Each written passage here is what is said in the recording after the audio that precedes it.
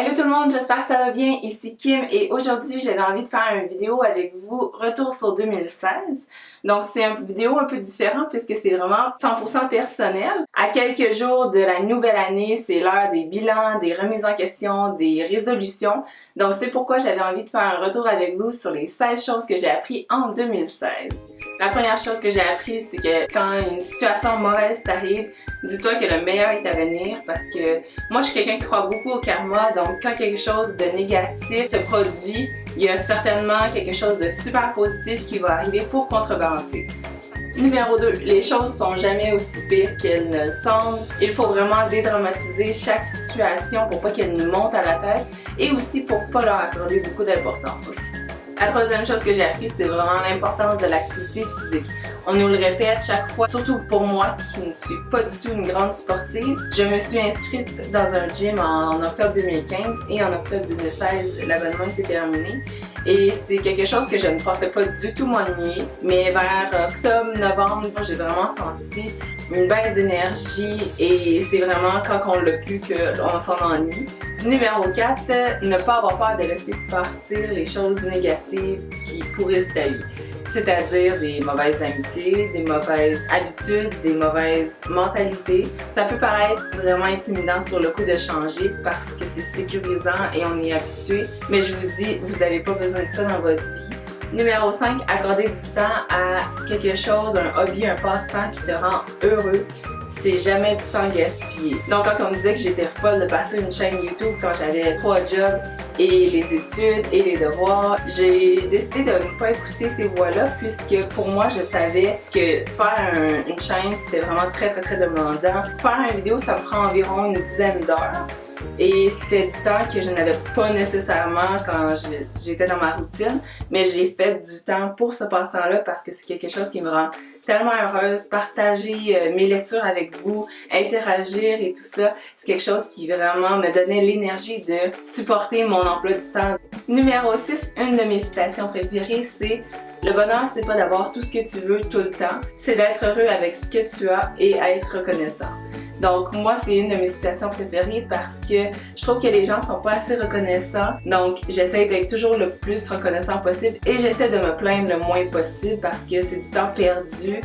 Numéro 7, dans le même ordre d'idée, je dirais que j'ai appris en 2016 qu'on a des vies simples. Je regardais l'autre jour 2 films de Eddie Redmayne parce que depuis Fantastic Beasts, je suis accrochée comme vous le savez. Et j'ai écouté Danish Girl et The Theory of Everything et les deux c'était vraiment des vies compliquées de vraies personnes et je n'ai pas pu m'empêcher de me dire mon Dieu, ma vie n'est pas aussi complexe et compliquée que ça.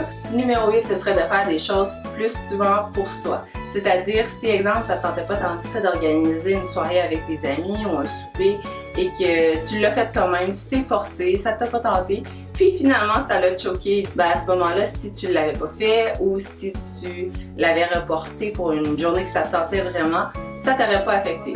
Ensuite, numéro 9, c'est de toujours rester proactif. C'est-à-dire, tu veux quelque chose, travaille pour. Un rêve va toujours demeurer un rêve, tant qu'il n'est pas écrit. Parce qu'une fois qu'il est écrit, pour moi, ça devient un objectif et c'est quelque chose que je veux travailler très fort pour réaliser. En numéro 10, une très grosse leçon que j'ai apprise cette année, c'est d'apprendre à vivre tout seul. J'ai eu une période cet été vraiment creuse, je dirais, où j'avais pas beaucoup d'amis autour. Je voyais mes amis à chaque semaine, ma famille très souvent et tout ça. Et du jour au lendemain, les horaires de tout le monde et la vie a fait en sorte que j'étais vraiment seule. Donc je me suis sentie tout d'un coup vraiment repliée sur moi-même. J'ai découvert de bien apprendre à vivre avec sa solitude, c'est-à-dire se trouver des passe-temps, profiter du temps pour se découvrir et tout ça. Je suis pas quelqu'un qui manque de passe-temps, donc c'est quelque chose qui m'a vraiment secouée parce que je me dis c'est pas parce que je manque d'idées, de choses à faire, c'est parce que je veux être en compagnie de gens.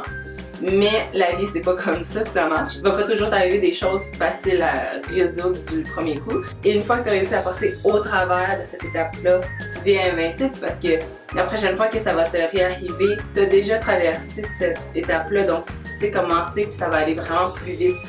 Justement, numéro 11, j'ai appris que les choses n'arrivent pas contre toi, mais elles arrivent pour toi. C'est vraiment une question de mentalité. Numéro 12, si tu veux qu'une tâche soit accomplie, donne-la à quelqu'un qui est super débordé. Numéro 13, si tu veux quelque chose, travaille pour et tu pourras avoir ce que tu veux. Numéro 14, on achève. La santé du corps humain, c'est une réflexion de notre intérieur. Et ça, on le sait, mais c'est quelque chose que j'ai expérimenté moi-même cette année. J'avais des horaires vraiment de fou, 7 jours sur 7 pendant plusieurs mois consécutifs. Et j'avais aucune minute pour souffler vraiment. Et c'est pourquoi je suis tombée malade 2-3 fois, je crois. Chose numéro 15, un peu plus positive, c'est la constance. La constance, c'est quelque chose que j'ai toujours eu du mal à atteindre parce que tout ce qui est entretien, faire la même chose, c'est quelque chose qui me rebute un peu. Je suis quelqu'un un peu artiste, donc la constance, c'est toujours quelque chose que j'ai eu de la misère tout court parce que j'aime faire ce que je veux, tout simplement. Avec mes vidéos YouTube, j'ai réussi à publier une vidéo minimum à chaque semaine depuis que j'ai commencé au mois d'octobre. Et merci vraiment beaucoup, j'en profite pour vous remercier de votre assiduité et de me suivre, de m'écouter tout simplement. C'est vraiment quelque chose que je ne mentionne pas à la fin de mes vidéos, mais que je suis très reconnaissante. Et numéro 16, c'est ne pas se comparer aux autres. Avec les médias sociaux, c'est tellement facile de se sentir moins bon ou meilleur que les autres. Et c'est quelque chose que je veux essayer d'éviter. Je contribue beaucoup parce que j'aime beaucoup échanger avec les gens, avoir de leurs nouvelles d'une manière super facile. Mais c'est quelque chose qu'il faut faire attention parce qu'il ne faut pas que ça vienne t'atteindre. Ça peut être un bon divertissement, mais il ne faut pas que ça change complètement ta perception de toi-même par l'image que tu vois retouchée des autres. Et voilà, c'était les 16 choses que j'avais appris en 2016 et j'ai tellement eu une très belle année en 2016, ça a été une année de changement. J'ai eu un nouveau tatou, mon premier et sûrement dernier tatou. J'ai été choisie pour faire partie de l'escouade Véro, ce qui était un superbe honneur. J'ai démarré ma chaîne YouTube et c'est aussi l'année que j'ai fait mon retour aux études. J'avais juste un an de décalage que je me suis réorientée, mais ça a vraiment été un défi de concilier mes jobs avec mon horaire d'école et de garder une moyenne actuelle générale de 85% en même temps que tout le reste. En 2017, j'ai vraiment plein d'idées de vidéos. J'ai une série que j'aimerais développer à part dans la même chaîne. J'aimerais faire aussi une vidéo Q&A avec vous. Donc j'ai plein d'idées et de projets. Vous n'allez pas être en reste. Et si vous avez des suggestions à me faire en plus de vidéos que vous aimeriez voir, laissez-les-moi savoir dans les commentaires. Sur ce, prenez soin de vous et laissez-moi savoir aussi si jamais vous avez vos résolutions de 2017. Sur ce, je vous retrouve dans mon prochaine vidéo.